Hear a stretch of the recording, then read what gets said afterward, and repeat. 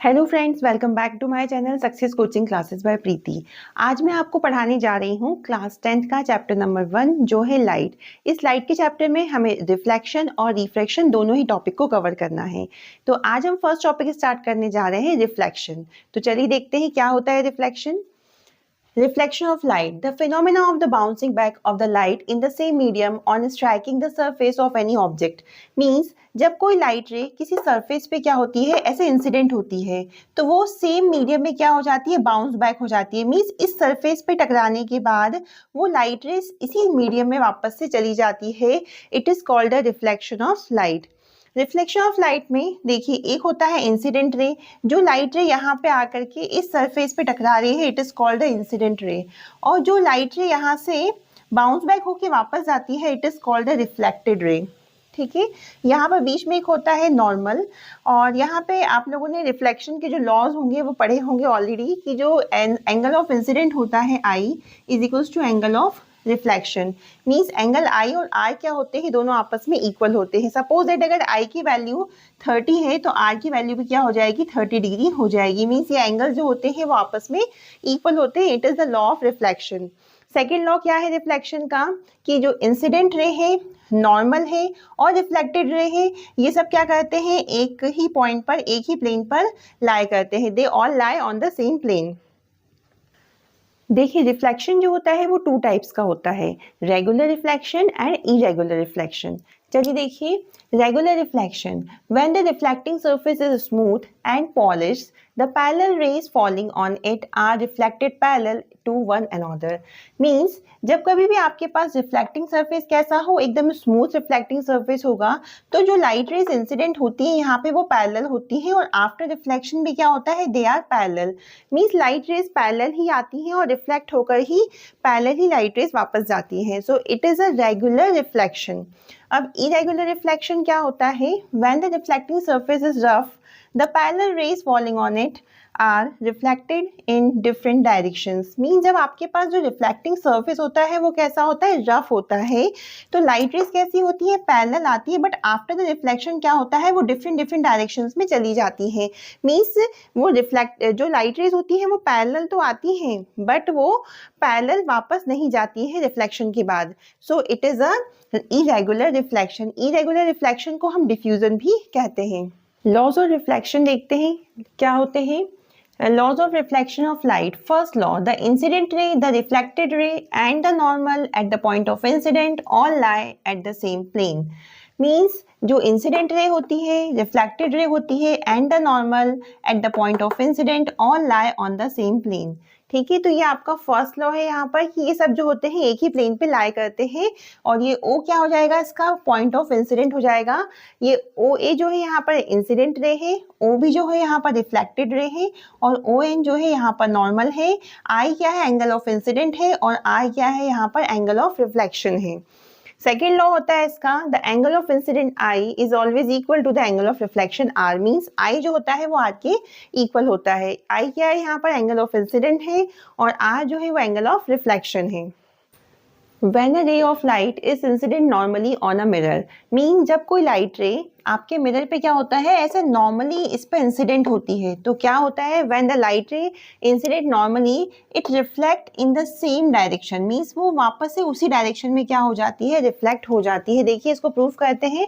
जब कोई लाइट रे जो है आपके पास नॉर्मली इंसिडेंट हो रही है, in that case angle of incident क्या हो जाएगा, 0 हो जाएगा।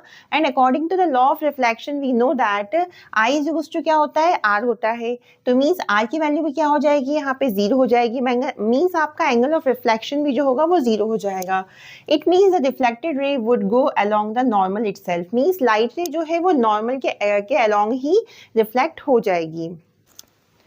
तो चलिए देखिए मिरर्स कितने टाइप्स के होते हैं। मिरर जो होते हैं वो टू टाइप्स के होते हैं, एक होता है आपके पास प्लेन मिरर और एक होता है स्फेरिकल मिरर। ठीक है, प्लेन मिरर क्या होता है, जिसमें जनरली हम अपना फेस देखते हैं, जो हमारे घरों में यूज होता है वो जनरली क्या होता है, एक प्लेन मिरर होता है।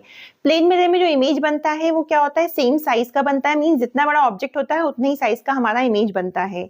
अच्छा, जो अभी हमारे को इसमें पढ़ना है स्फेरिकल मिरर के बारे में, क्लास 10th में जो आपको पढ़ना है स्फेरिकल मिरर, वो कितने टाइप्स के होते हैं? 2 टाइप्स के होते हैं। एक होता है आपके पास कॉनकेव मिरर और एक होता है आपके पास कॉन्वेक्स मिरर। तो देखिए कॉनकेव और कॉन्वेक्स में जनरली बच्चों को बहुत मतलब मीन्स कंफ्यूजन होता है कि कौन सा होता है कॉनकेव और कौन सा होता है कॉन्वेक्स। तो आपका एक बहुत ही सिंपल सा इजी एक ट्रिक है, आप इसे आज को लर्न कर सकते हैं। देखिए जो कॉनकेव मिरर होता है इसमें क्या होता है, देखिए हम सपोज करिए हमारे पास कोई एक कांच का एक बॉल है, उस बॉल को हमने क्या किया, बीच में से कट किया हुआ है, और कट करने के बाद हमने उस बॉल के जो आउटर सरफेस पे क्या कर दिया है, पॉलिश कर दिया है। तो जो इसका इनर सरफेस होता है वो एक अच्छा रिफ्लेक्टिंग सरफेस बन जाता है। इट मीन्स इसका जो अंदर का पोर्शन होगा वो एक अच्छा रिफ्लेक्टिंग सरफेस बन जाएगा। सो it is called a concave mirror, क्योंकि इसका जो शेप है वो किसकी तरह का है, एक केव के जैसा है। केव मीन्स होती है गुफा, मीन्स एक केव के जैसा शेप है इसका। सो it is a concave mirror, ठीक है।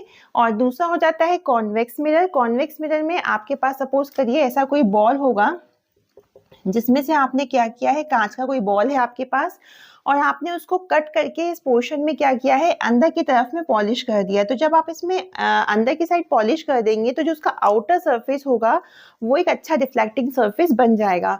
सो it is a convex mirror. Convex mirror जो होता है वो उभरा हुआ होता है, जब आप इसे छू के देखेंगे तो क्या रहेगा, ये थोड़ा सा उभरा हुआ दिखाई देगा, ठीक है। तो ये आपके पास मैंने समझा दिया है। स्फेरिकल मिरर 2 टाइप्स के होते हैं, कॉनकेव और कॉन्वेक्स। ये हमें 10th क्लास में मेनली हमें इन दोनों मिरर्स के बारे में डीपली पढ़ना है। तो चलिए अब देखते हैं सेंटर ऑफ कर्वेचर क्या होता है। Center of curvature. The center of curvature of a spherical mirror is the center of a hollow sphere of a glass of which the spherical mirror is a part. Means center of curvature क्या होता है, आप देख सकते हैं जो ये हमारे पास एक होलो स्फीयर होता है जिसमें से कट करके हमने ये कॉनकेव और कॉन्वेक्स मिरर को बनाया हुआ है। तो जो ये आपका एक होलो स्फीयर होता है उसका जो सेंटर होता है उसी को हम क्या बोलते हैं, सेंटर ऑफ कर्वेचर कहते हैं। आप इसमें देख लीजिए, यहाँ पर ये जो आपके पास एक ग्लास का बना हुआ स्फीयर था, इसका जो सेंटर होता है उस सेंटर को ही हम क्या बोलते हैं, सेंटर ऑफ कर्वेचर कहते हैं, ठीक है। अब देखिए पोल क्या होता है, the pole of a spherical mirror is the centre of the mirror, it is represented by P. Means आपके पास जो भी मिरर है उस मिरर का जो भी एक सेंटर होगा, जैसे आप सपोज करिए आपके पास ये एक कॉनकेव मिरर है, तो इसका जो सेंटर होगा उसको हम क्या बोलेंगे, पी, यानी पोल कहते हैं। सेम इसी तरह से आप देखिए यहाँ पर जो कॉन्वेक्स मिरर है आपके पास, इसका जो सेंटर है उसको क्या बोलते हैं, अपन पोल कहते हैं, ठीक है। देखिए अब यहाँ पर रेडियस ऑफ कर्वेचर क्या होता है। The radius of curvature of a spherical mirror is the radius of a hollow sphere of a glass of which the spherical mirror is a part. Means जो ये आपका जो ग्लास का जो sphere होता है इसका जो रेडियस होगा, सपोज ये इसका एक रेडियस है, तो इसी को हम क्या बोलेंगे, इसका रेडियस ऑफ कर्वेचर बोलेंगे। ये सेंटर से लेकर यहाँ तक का डिस्टेंस भी क्या कहलाएगा, रेडियस। ये क्या होगा, इसका रेडियस ऑफ, तो यही जो रेडियस होता है इसी को हम क्या बोलते हैं, रेडियस ऑफ कर्वेचर कहते हैं। इस तरह से आप यहाँ पर कॉन्वेक्स मिरर में देख सकते हैं कि जो ये आपका सेंटर से लेकर जो यहाँ तक का डिस्टेंस होगा वो क्या कहलाएगा, आपका रेडियस ऑफ कर्वेचर, ठीक है। अब प्रिंसिपल एक्सिस क्या होता है, the principal axis of a spherical mirror is a straight line passing through the centre of the curvature C and the pole of the spherical mirror produce on the both side. Means यहाँ पर जो आपका सी होता है और P होता है, centre of curvature और पोल से होकर जाने वाली जो एक लाइन होती है जो दोनों साइड में जाती है, इसको हम प्रिंसिपल एक्सिस कहते हैं। आप यहाँ देख सकते हैं ये आपके पास एक कॉन्वेक्स मिरर दिया हुआ है, तो ये सेंटर ऑफ कर्वेचर और पोल से होकर जाने वाली एक जो स्ट्रेट लाइन है इसको हम क्या बोलेंगे, इसका प्रिंसिपल एक्सिस बोलेंगे।